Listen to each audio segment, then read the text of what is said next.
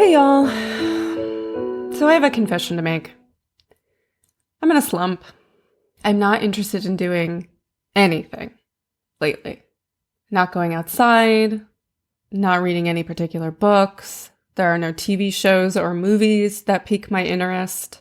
I'm not inspired to write or really do anything creative. I love being with my friends and family, but I don't really feel engaged when I'm with other people. So I sound depressed, right? I mean, depression, yes, presents atypically sometimes. I won't deny you that. Obviously, I'm a therapist. That was my first guess, but I'm sleeping and eating fine. I'm not sad. I don't feel hopeless. I'm getting my work done and enjoying the work that I do. I have hope for the future. I don't think that this is going to last forever. I'm sure it will pass eventually. I don't have any negative internalized thoughts about myself or other people, right? Acknowledge that there's always kind of some systemic pressure that's weighing down on all of us that we can't really control. It's much bigger than us, right? That's going to impact everybody every day, unfortunately.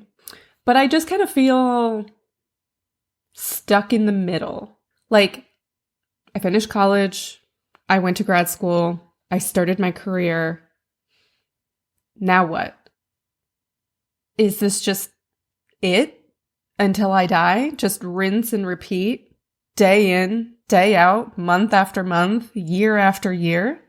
This is it. Like, my psyche can't handle that idea, I don't think. So I decided to give myself a little bit of an existential crisis, thinking, hey, maybe that'll help, like a little bit of shock therapy. When I was younger and I had much fewer responsibilities and much more time to be thinking about things greater than myself, I think I would have these very interesting existential, philosophical conversations with my friends or thoughts about myself and the world. I would journal a lot, I would write a lot, and I would process that in that way. And it just feels like I haven't been in that frame of mind for many, many years. It's been so long. So was it a good idea to give myself an existential crisis? I mean, probably not, but I do think that it may have given me some food for thought, which is good. So, hi, if this is the first time you're seeing my face, my name is Kayla, and this is my space to talk about all things horror, books, movies, games. If that's something that you think you might be interested in, I hope you'll consider subscribing, like and comment for engagement. If you don't know what to comment, how about the most existential emoji you can find on your keyboard? I don't know what that means. Show me. So today I'm going to talk about two pretty different short stories that have a lot in common. In fact, I think one is greatly inspired by the other. And they both include very existential questions that we all grapple with from time to time. So I've been thinking about this first one ever since I read it a very long time ago. PDFs of it exist on the internet, but of course I'm going to encourage you to buy the book. It's in a collection of short stories of the same name, and that would be I Have No Mouth and I Must Scream by Harlan Ellison. So Ellison first published this in 1962, and the story goes that he wrote this in one night, maybe during a mental health episode, maybe a coke-filled bout of insomnia. He was a very strange little guy. He was a weird man, by all accounts, and also very bristly, very not friendly. His editor, after he submitted this, in writing it in one night, his editor had to persuade him to drop a lot of the very sexually charged content to make it a little bit more cohesive to the point of the story that he was trying to make. So, just to set the scene as to what we're looking at here. This story is really only 13 pages long. I printed it out. It only took 10 of my pages. Very short. Took me maybe like 20 minutes to read. So the plot of this story, it takes place sometime in the far future, or maybe the near future. We don't really know. But a supercomputer has taken over the world. And what happens is the Cold War becomes World War III, and every major power in the world creates its own supercomputer to help fight World War III. So China has one, the United States has one, Russia has one. And one day, this supercomputer, who is called in this story AM, capital letters, gains consciousness and links up with all of the other supercomputers, and it's just one entity, and it's a sentient computer. So, these are some very real fears that I think that we're all dealing with in terms of AI taking our jobs and stuff like that, and possibly becoming sentient and lording over us. I don't, Ellison was thinking about this in the 60s, but in the 60s, all of this new technology was coming out that was, leaps and bounds, really, of progress that we were making in the technological sciences. And there was a lot of expression of fear over a lot of those technologies by many different artists. I mean, Ray Bradbury wrote very heavily about his fears about how technology might get out of hand. So Am gains sentience and is really angry at humans. So he kills everyone on the entire planet except for our 5 main characters.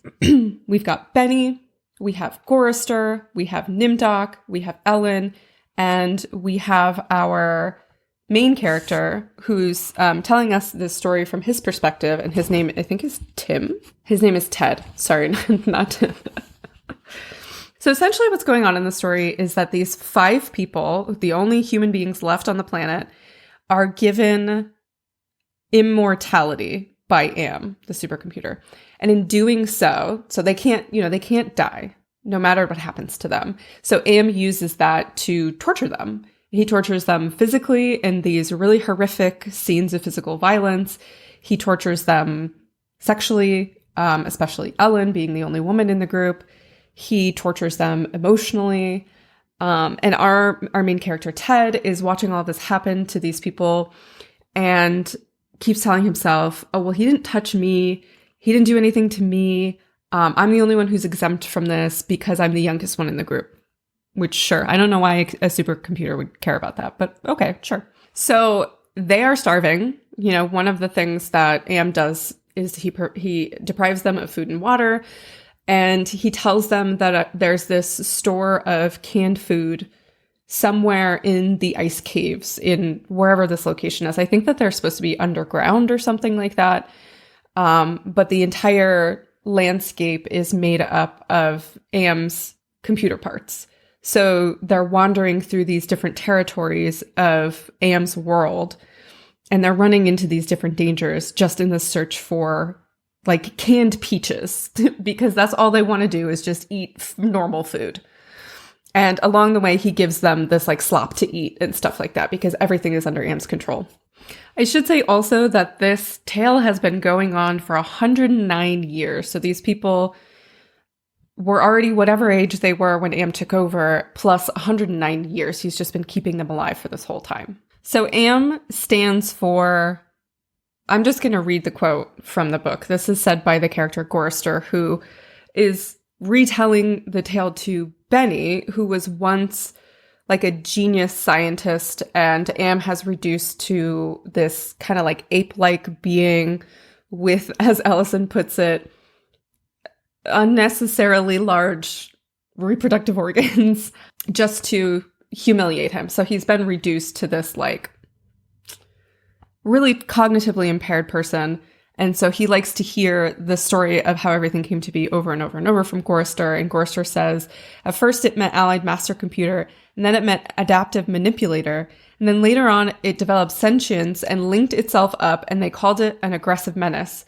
But by then it was too late. And finally it called itself Am, Emerging Intelligence. And what it meant was, I am, cogito ergo sum.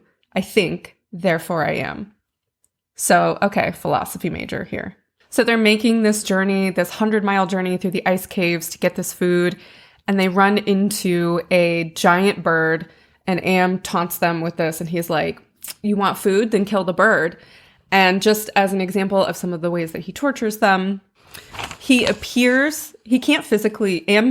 can't physically move, so he appears before them as a burning bush because he thinks he's God, essentially. And it says, the burning bush vanished, and there were 2 crude sets of bows and arrows and a water pistol lying on cold deck plates. I picked up a set useless. So, just manipulating them, taunting them. There's no way for them to kill this bird. This bird with its wings is creating like gale force winds, and it's knocking all of them down and throwing them against the walls. And the wind is so powerful that they can't even fall. Like they're just suspended in air. They can't help themselves. They can't do anything. So they go through all of this torture, essentially, to get to this stock of canned food, only to realize that they don't have a can opener. And no amount of throwing these cans against the walls of the ice caverns is going to open the food for them and relieve them of starvation. So in a fit of rage, Benny attacks Gorister and starts to eat his face, just like my cats would do if I died. Ted has this kind of like moment of lucidity and clarity and comes to the realization after Am enters his brain and he sees Am walking over a gaping pit in his mind, in Ted's mind. And he realizes that Am can't move, like it doesn't have any power over itself. So that's why it's exerting power over all of these people. And he comes to the realization that it can't off itself. Like it can't take its own life. It can only just like exist. That's pretty much all it can do. And he also realizes that although they're immune to Am's harm and they keep coming back to life, if they were to harm themselves or each other, they would just die. So Ted takes one for the team and he kills everyone. Right? Starting with Benny and Gorister, since they're already like locked into a battle. Then he kills Nimdok and Ellen, who weirdly enough, this is like remember like this standing out to me the first time I read this, only revealed to us right at the end that Ellen is a Black woman. I don't think that it plays any major part in here, but we only know it because he says that like her skin, her dark skin stands out against the snow. But him and Ellen are the only ones left, and she kind of looks at him like, do what you got to do. And he kills her as well. And Am is in a fury. He's absolutely enraged because he's, as Ted puts it, he's lost his toys. And Ted is the only one left because I don't think they can take their own lives. So let me read to you the last part of the story, because Am has taken all of his anger out on Ted for doing this and makes it so that Ted can't take his own life. There's no possible way for him to harm himself. So he says, smoothly rounded, with no mouth, with pulsing white holes filled by fog where my eyes used to be, rubbery appendages that were once my arms, bulks rounding down into legless humps of soft, slippery matter. I leave a moist trail when I move, blotches of diseased, evil gray come and go on my surface as though light is being beamed from within. And then we get to the titular line at the very end. I have no mouth and I must scream. So that is this eternal damnation that Ted now has to face for angering Am, that he just has to live as this amorphous blob for the rest of eternity, being subject to Am's whims at any point in time. And there's nothing he can do about it. He can't walk, he can't talk, he can't see anything, but he's stuck inside his thoughts. And I think for many of us, that is terrifying, right? Like think of stories you've heard about people, say, with locked-in syndrome that cannot move their bodies, but they can see and hear everything that's going on around them. That is horrifying. It is horrifying to think that you could be a prisoner in your own body and you can't do anything about it. You can't communicate anything. And what's worse is that Ted is the last person left on Earth. So who would he even tell if he could? Now, the B plot here, I think, is pretty obvious. I think that Am is probably a representation of God. And so there's a lot of questioning of the creator and this omniscient, omnipotent force that has all of these power over these five beings. And I think it's really interesting commentary to say that like the being can't do anything to itself, so it's doing things to others. Kind of like when we play The Sims and we're like, I can't control my own life, but I can make sure that my sim rises to the top of her career ladder and has 60 children and whatever it is you wild people do on The Sims. So Ted is kind of an interesting character because he tells us flat out, I was the only one still sane and whole. Really? Am had not tampered with my mind. Not at all. But he has these paranoid thoughts about his companions. He thinks that with essentially no evidence that these 4 people despise him, that they hate him, when in fact he hates them. Like, he's constantly thinking about how terrible they are.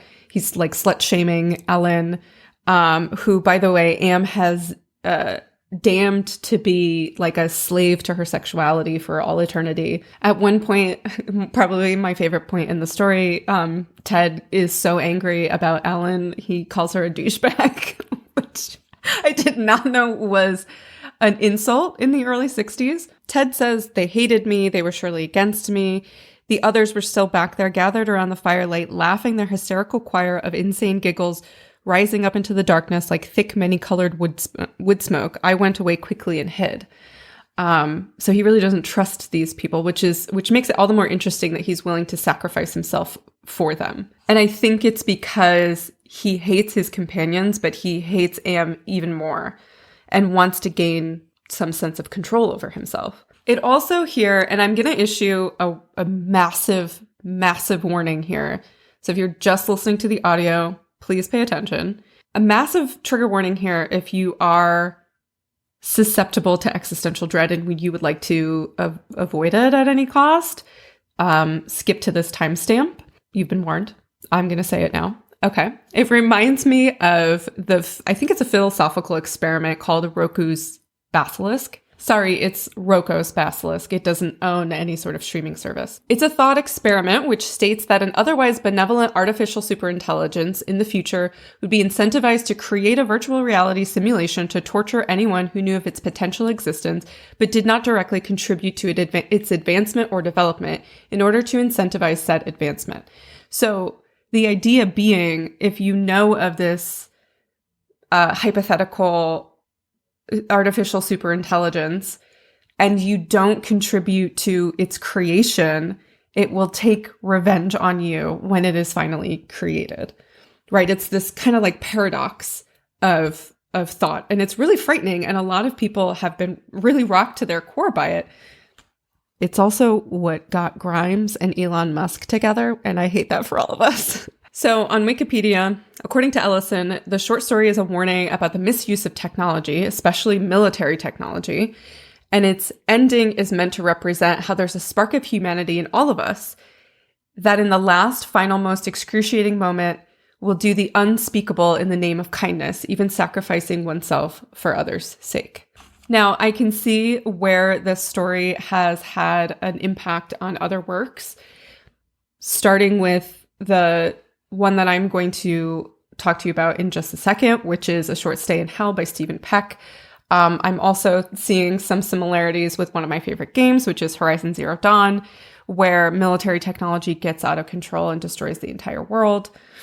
I also see a little bit of inspiration in this story from Waiting for Godot, the play by Samuel Beckett. So the long and short of that play is that 2 men sit on a park bench.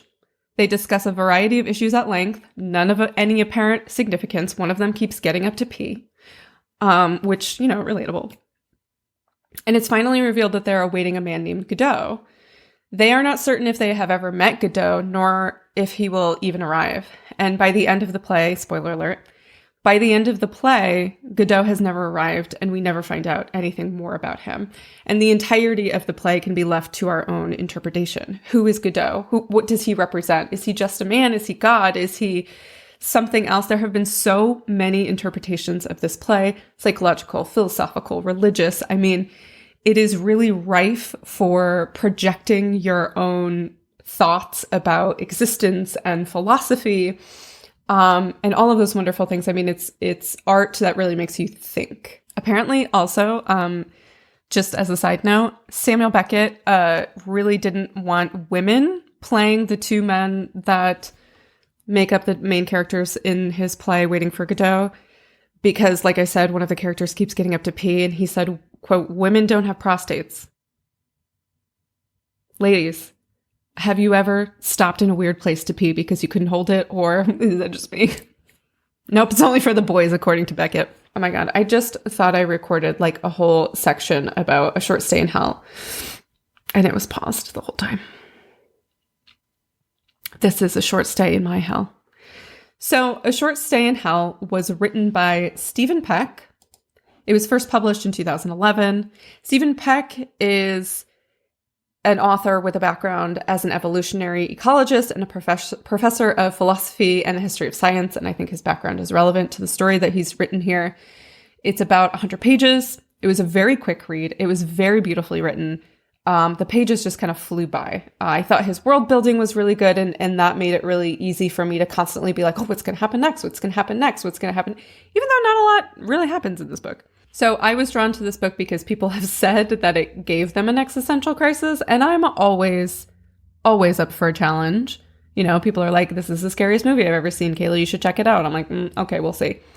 And I wouldn't say that this book had that much of an impact on me, but it definitely, I resonated with the B plot, and I appreciate Stephen Peck for like putting this out there for us to chew on, because I definitely think that this is these existential questions, these philosophical questions are things that we all deal with from time to time. And while I wouldn't strictly call this horror, nor would I necessarily call I Have No Mouth and I Must Scream strictly horror, they definitely have these horror elements to them because of the existential piece, if that makes sense. So our story starts out with our protagonist, our main character, Soren Johansson, who is a Mormon geologist. In his life, he gets terminal cancer and he dies. And so we first meet him in what's essentially the waiting room to hell. So there's this demon there, and the demon is giving this group of people the short introduction to the afterlife. And he says, none of you followed the one true religion. And everyone was like, what are you talking about? Like, you know, Soren is like, well, I'm a Mormon, right? So that's the one true religion. And the demon is like, no, actually it was Zoroastrianism this whole time. And only like not even a tenth of the world's population follows that. So you all got it wrong. Sorry. So they're in this waiting room with these big picture windows, and outside they can see people like suffering in these pits of lava. They're struggling to get out, and the demons are pushing them back in. And these people who are sitting there are like, oh my God, that's going to be my fate. And the demon is like, oh, no. Those are just actors. They get off for lunch in like an hour. They're fine. And another thing that I found interesting about that opening scene is the juxtaposition between the demon's accommodations for himself. Like, he's got this big, beautiful wooden desk. He's sitting at this nice leather chair, and all of the people who are getting transported to hell are in these really uncomfortable metal folding chairs. I just thought it was really silly. And I think it was an interesting way to set the tone for the novel in a way, where Stephen Peck is kind of poking fun at so many religious beliefs and like, how do we know which one's right? How do we know which one's wrong? What if none of them matter? And that's definitely going to be a theme throughout the entirety of this book. So the demon essentially explains to them that there are a lot of different versions of hell. And Soren, who is an academic and a scholar in his life, he's a geologist. So he gets sent to a version of hell based on Jorge Luis Borges' short story, The Library of Babel. And The Library of Babel, every book that has been written and could be written exists, but in very finite terms. So Soren runs into this character whose name is Biscuit, who is a schizophrenic homeless man in his life. And he's very familiar with the Library of Babel story. And he's in fact the one that informs Soren and all of the other people present at the time what they're looking into here. He said, the books all end on page 410, just like the books in his story. And look at this. They're all in blocks of, yes, 40 lines. I'll bet there are, he started counting again. Yes, 80 characters per line, just as Borges described. Amazing. We're in the Library of Babel. And he continues on to say, it's not just every book that has been written, but every book that could be written. And they spend a couple of pages like going back and forth with this idea of like, there's a story here about your toe written from the perspective of your shoe, and like, as well as things like, the story of, think of a book that you've read. Well, that exists in this Library of Babel from the perspective of a different character. There's the story of your life from the perspective of your dog. Like, all of these different possibilities, endless possibilities of books that could possibly be written. And they are looking for one. You can stop at 5 or 6 stores or just one. So they're looking for one single book. And it's the book that tells the story of your life. The problem that Soren and his companions quickly run into is that many of the books are just gibberish. They're all, Biscuit explains to them that there could be books that are just all the letter A or B or all exclamation points. And certainly that's mostly what they find. And so they come to realize that it could take eternity to find the book of their life. And as you can imagine, start to question things like, what if the book's not actually here? Like, what if I am looking in vain? What is the point here? Peck does some really good world building here where he gets us to truly understand the breadth of this library. So it goes on and on for thousands and thousands of miles to the right and to the left. And it goes on for thousands and thousands of miles upward and downward, to the point where if you were to jump over the edge, because there's kind of like a chasm in the middle from one side to the other, and I don't think you can get back and forth to the different sides.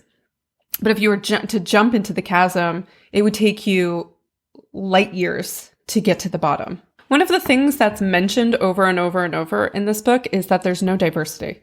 So Soren keeps saying, like, I keep running into white American people who speak English with no accent.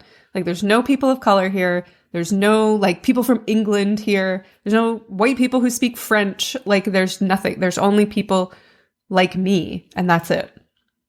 And he's incredibly disappointed in that. He desperately wants diversity. He wants something different. And that's exactly what I mean, when I opened this video and I was talking about feeling stuck in the middle. And that's very much the B plot of this book here, is that it's just monotony forever.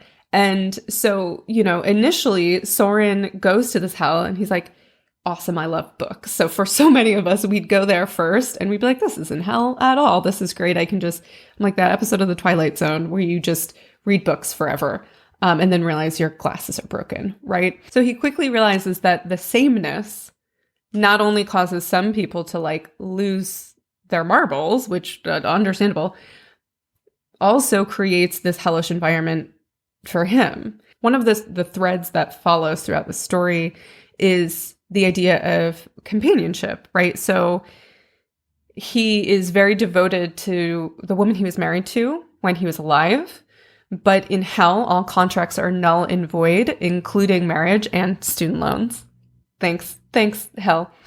And so he falls in love multiple times and he takes multiple partners. But one of them stands out to him because she's slightly different. I mean, she's still like white, American, speaks English, yada, yada, yada. And her name is Rachel. And he's just in love with Rachel. And there are some really beautiful lines in here about love and romance. And I found them to be really lovely. Have you ever loved someone for 1,000 years? I would have bet it impossible, but that's how long we were together. 1,000 years we traveled the halls of hell together. I don't remember fighting. She was magic. She was so... No, I won't cheapen it by trying to express it in words and short sentences. I loved her. That is enough. But things go kind of sideways. As you can imagine, when left to their own devices, humans start doing some pretty awful things. And we get a little Lord of the Flies vibe here with this group of people from across the divide who start this cult of people who are horrifically violent. And in order, this one person is told that he's the mace of God in one of his dreams. So he starts this cult that's based on violence, and The violence is a sacrifice to the god, and the violence is punishment for sins. And even though there's really none of that in the beginning of the book, everybody just kind of gets along and gets to know each other, and there's community there. He introduces that. And because in this version of hell, or probably in every version of hell, I don't know, I've never been, you get injured or you die, you wake up the next day healed, whole. Soren is himself at 25 years old, like in peak physical condition. He meets these people who died at like 93 who are in their 20s again. So they're using the violence, the cult is using this violence as a way to kind of like become the demons that we picture in hell, to just eternally torture these people, you know? And Soren gets caught by them at one point, and in the middle of the scuffle, Rachel, instead of being caught, decides to jump over the edge into the chasm, and he never sees her again. So back to this torture of monotony, he says, so he goes through this journey to try to find Rachel, and he even jumps over the side himself. And then he jumps over the side himself, sacrificing himself for everyone else, just like we saw in I Have No Mouth and I Must Scream, by killing this so-called Mace of God, because he takes him over the edge with him. He eventually makes his way back to the stacks and begins to look for his book again. But he says, again, how delighted I would be to meet someone from Africa or Asia, someone with a different story to tell. The never-ending sameness of all those I knew somehow blended with the sameness of this hell. The same rooms, the same railings, the same kiosks, the same bedrooms with the same bathrooms, the same signs with the same rug, and the endless stacks of books, all bound with unerring sameness, seemed to match the sameness of the people, all white, all American, all died between 1939 and 2043, the same outlooks, the same haircuts, the same maddening habits, homogeneity everywhere, endlessly stretching into an eternity of monotony. But somehow I feared the defining point of this hell was its unrelenting uniformity, its lack of variation from type. If there was a heaven at the end of this, it must be filled with great variety, perhaps multiplicity of intelligent species spread across universes. Yes, heaven would be as full of difference as hell was full of sameness. So this version of hell, white supremacist dream. For the rest of us, definitely hell. I just love the idea of like a white dude one day running into like a bunch of people of color and being like, oh, I finally made it to heaven. So we eventually get to a point where he jumps over the edge again in another attempt to find Rachel, who he assumes has made it to the bottom at some point. And during his fall, since he's just falling forever and, you know, dying of starvation or whatever, and then waking back up alive the next day, he finds another woman whose name is Wand. Okay. And he tethers himself to her. And she's dead, by the way, when he finds her. She's falling and she's dead. And he straps himself to her, and she wakes up and she's just overjoyed to be with another human being. And they connect romantically. They connect emotionally in this very powerful way for both of them. But the way that Peck presents it reminds me of dealing with grief or even depression, and finding that one person when you feel so lost and lonely and isolated that you just kind of cling to that person in desperation and sadness. He says about Wand, we did not exchange stories. We just clung to each other as only the lonely and the lost damned can understand. We planned our entering the stacks very carefully. We did not want to lose each other, so we fell for several days, working out a plan to stay together. It might take a year to climb back up to you, I said. I'll wait 100 years if I have to, she said, smiling mischievously, and kissed me hard on the mouth. Again, like this juxtaposition of hell and monotony and am I ever going to escape, mixed with these moments of very human connection and love and romance in a way that, like, I hate romance. I hate romantic novels, and this got me. This was really good. So how does it end? Does Soren ever find his book? Does he ever get out of hell? What is this existential crisis everyone is having after they read this book? Well, let me read to you the closing paragraph. I'm going to spoil it for you. So click away if you don't want to be spoiled. The hope of a human relationship no longer carries any depth or weight for me, and all meaning has faded long ago into an endless gray nothingness. Now the search is all that matters. I know there will come a time when I find my book, but it is far in the future. And I know without a doubt that it will not be today. Yet a strange hope remains. A hope that somehow, something, God, the demon, Ahura Mazda, someone, will see I'm trying. I'm really trying. And that will be enough. Now for me, it's not giving existential crisis. Like, it's not giving depression. It's giving hope. It's giving meaning. It's giving, there is some point to all of this. There's some reason for all of this madness.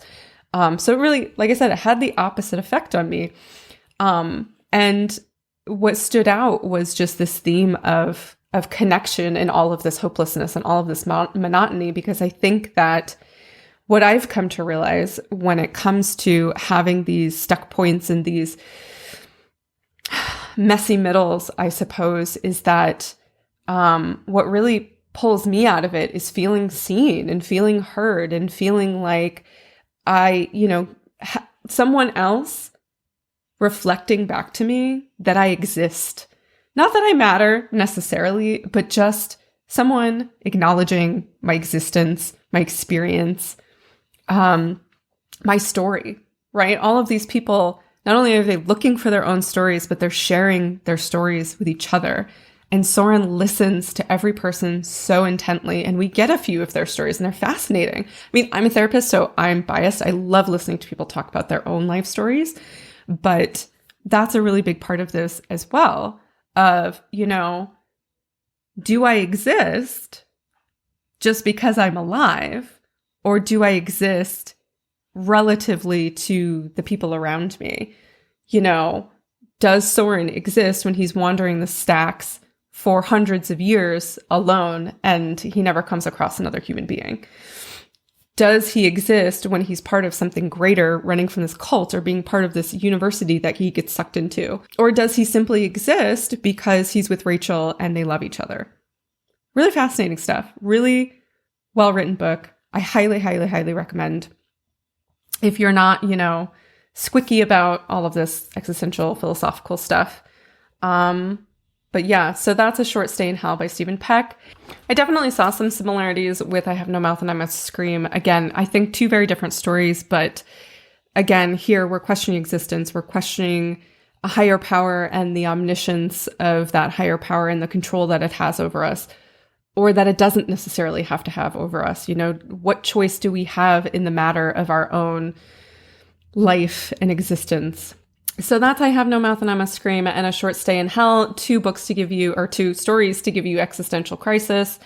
If you read them, let me know what you think. If you are horrified by all of this, tell me. I hope everyone is doing okay out there. So take care of yourselves and each other. And I will see you in the next one. Bye.